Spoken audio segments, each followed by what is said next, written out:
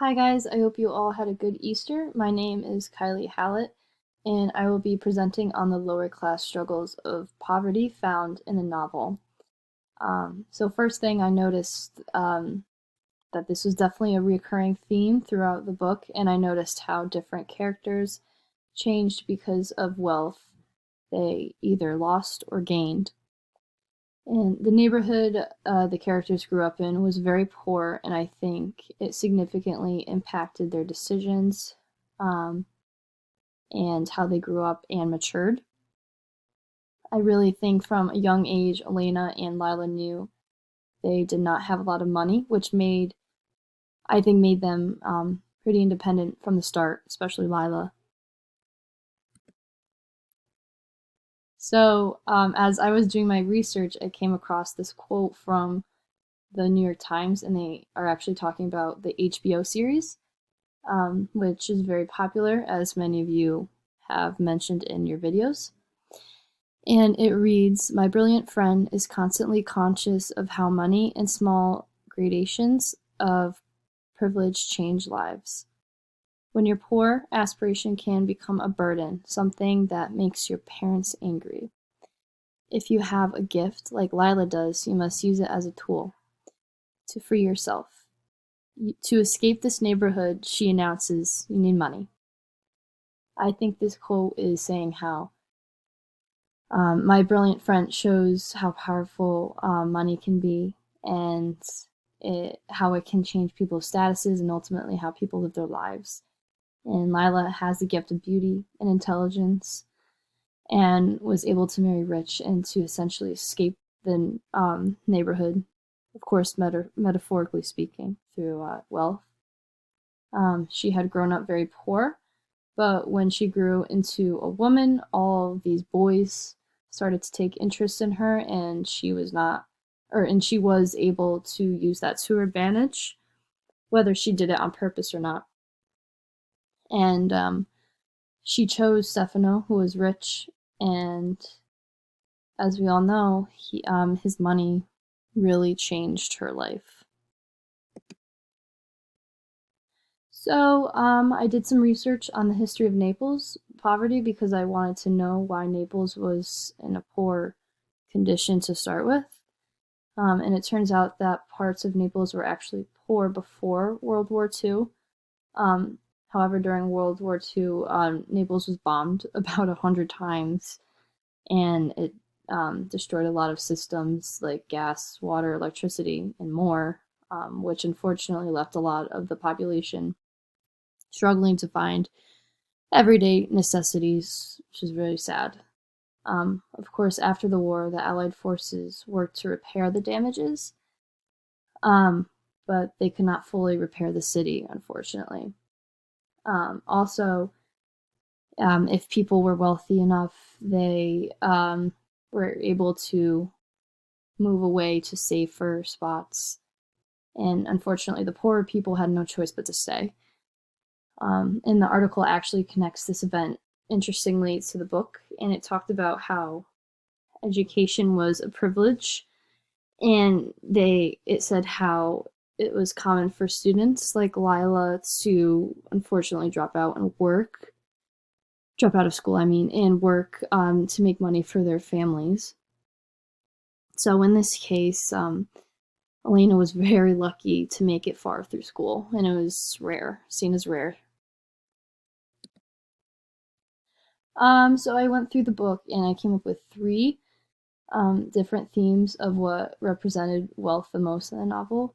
And the first one I came up with was education, and we see towards the beginning of the book, education meant a lot to Lila and Elena, and I guess the book expressed education as more of a privilege as opposed to a norm in the community. And then we have status, and for status, I focused more on Lila because at first she was very poor.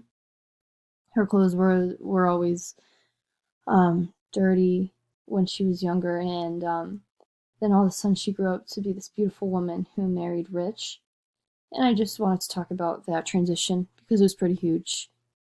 And finally, I put down control and power because I think the wealthier families in the book use their money to manipulate people, and which we saw a lot in the novel.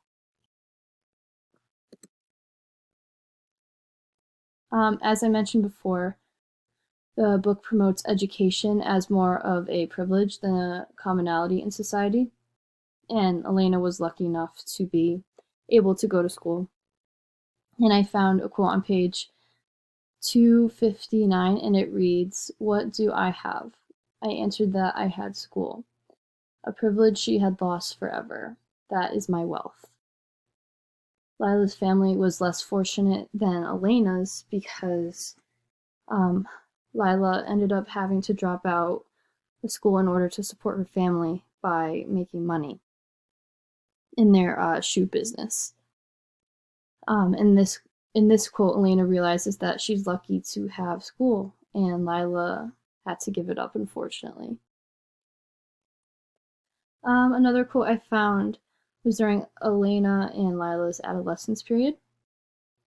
This time it was my father who said it was pointless for me to continue. The school books I had already cost a lot. The Latin dictionary, the Campanini, and Carboni, even though it was bought used, had been a big expense. There was no money to send me to private lessons during the summer. I noticed it was mentioned a lot throughout the novel how it seemed hard for Elena's parents to send her off to school because it was more difficult with expenses and keeping Elena from making it kept Elena from making money for their family. And her parents sent her to school because they saw how hard she had been working and how she had been getting good grades. But at one point around when this quote was said, Elena started to struggle, and her parents were contemplating whether or not it was worth it for her to go to continue school.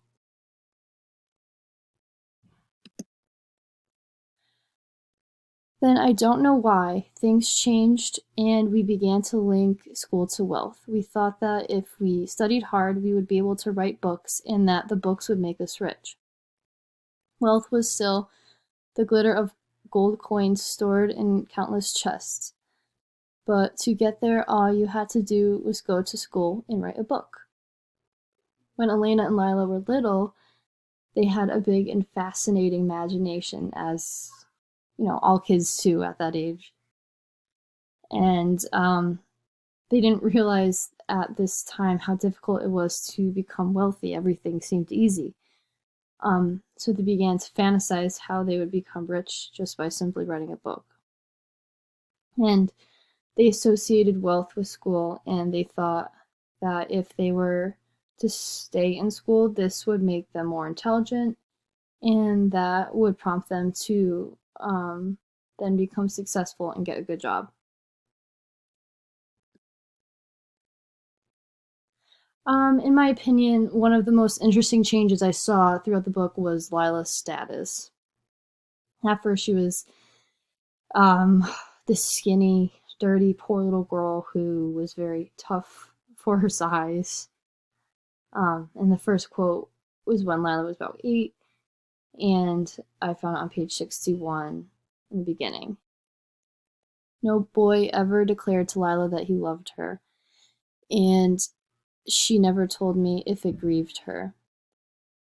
Gigliola Spagnuolo received proposals to be someone's girlfriend continuously, and I, too, was in much demand. Lila, on the other hand, wasn't popular, mostly because she was skinny, dirty, and always had a cut or bruise of some sort. So, in the beginning of the book, she was portrayed as this poor little girl who did not have a lot and eventually had to stop school in order to earn money for her family. And now at the end of the book, she develops into this beautiful woman, and she's gifted with her natural beauty and intelligence. Then eventually she gets engaged to Stefano, who is fortunate enough to have all this money, and he basically spoils her with all these gifts, expensive clothes and jewelry, and she's a whole other woman because of it. In the days, the months, she became a young woman who imitated the models in the fashion magazines, the girls on television, the ladies she has seen walking on Via Chia. I don't know how to pronounce that. Um, when you saw her, she gave off a glow that seemed a violent slap in the face of poverty of the neighborhood. Seeing these two quotes side by side, I think was pretty cool. I think it because it shows how much someone can change due to the power of money. And Elena also mentions that towards the end of the book, when she becomes rich, she no longer acts tough, and I think that has a lot to do with Lila no longer feeling threatened because she was known now as this beautiful, engaged woman with a lot of money. For this slide, I wanted to focus on the Solara brothers because I think they were the ones who took the most advantage of their wealth in order to pick up girls in their expensive car. But when Marcello actually became infatuated with Lila, he used his power to try and get what he wanted. He explained to her that Marcello Solara's proposal was important not only for her future, but for that of the whole family. Here, Lila's dad recognized that if Lila were to become engaged to Marcello, their family would benefit from this because of his wealth. Although Lila wanted nothing to do with Marcello, her parents still let him in the house, let them hang out with them and eat dinner on multiple occasions. And at one point in the novel, Marcello actually bought them a TV, which is a grand gesture in hopes to gain control of Lila's affection and love. But we all know it failed. And also, I think ultimately, the Solara's car essentially represents their wealth and power.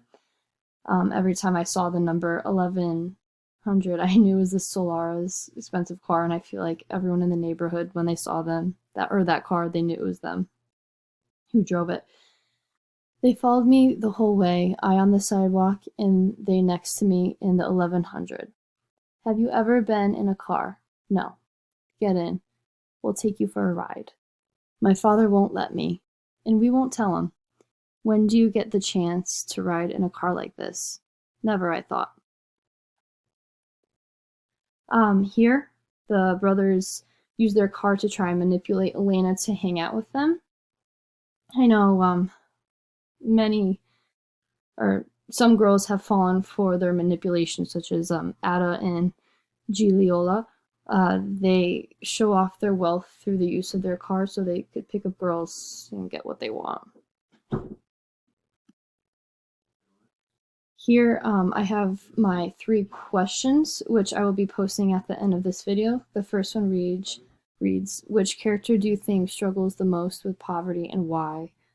Provide an example from the text.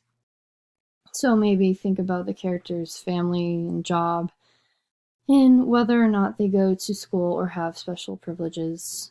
The second question is, towards the end of the book, Lila and Stefano had gotten engaged, and he began to shower her with money and gifts. Do you think this positively or negatively impacted Lila, and why? You guys could think about her life before she got engaged, and then after. And you could think about also what the other characters have to say or think about the relationship. And finally, the third one is, in my presentation, I talk about 3 major topics in the book which health strongly affects, which is education, status, and power. Can you think of other major or even minor themes that wealth strongly impacts? If so, what are they? Please provide one example. So in other words, wealth controls a lot of aspects in this book. So maybe you guys should think about how wealth impacts different types of relationships, or even consider how it affects life today, and then see if you could find it in the book. So